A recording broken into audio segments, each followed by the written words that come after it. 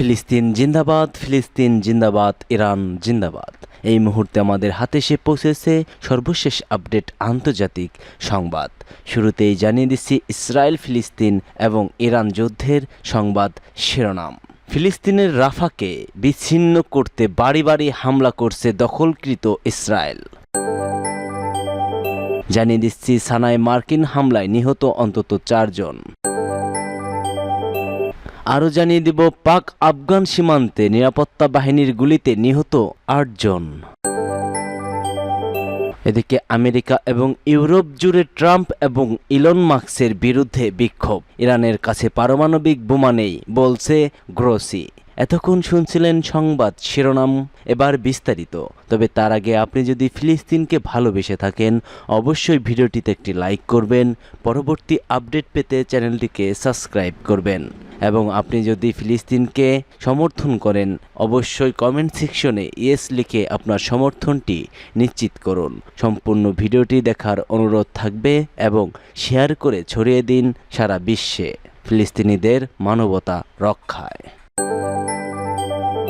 ফিলিস্তিনের রাফা অঞ্চলকে বিচ্ছিন্ন করতে বাড়ি বাড়ি হামলা করছে ইসরায়েল। খুঁজে খুঁজে মানুষের উপর একের পর এক ড্রোন হামলা চালিয়েছে এই দখলদার বাহিনী আইডিএফ।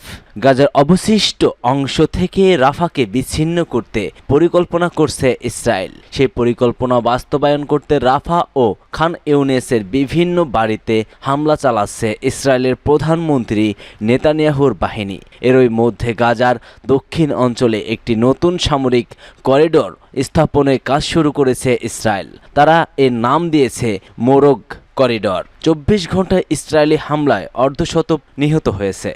এদিকে 2 ব্রিটিশ এমপিকে ইসরায়েলে ঢুকতে দেওয়া হয়নি, তাদেরকে ব্রিটেনেই ফিরে যেতে হয়েছে।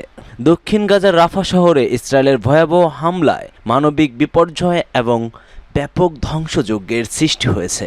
এই হামলা সেখানকার বাসিন্দাদের জীবনের উপর সব দিক থেকেই নেতিবাচক প্রভাব ফেলেছে বলে জানিয়েছে গাজার সরকারি মিডিয়া অফিস।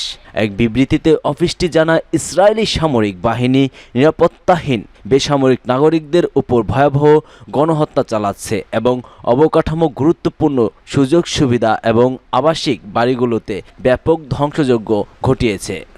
কাতার ভিত্তিক সংবাদ মাধ্যম আল জাজিরার প্রতিবেদক হিন্দি খোদারি জানিয়েছে, রাফা ও খান ইউনিসের মধ্যবর্তী এলাকায় অবস্থান নেওয়া ইসরায়েলি সেনারা যে কাউকে লক্ষ্য করে গুলি ছুটছে তিনি ওই এলাকায় প্রবেশের চেষ্টা করেছেন।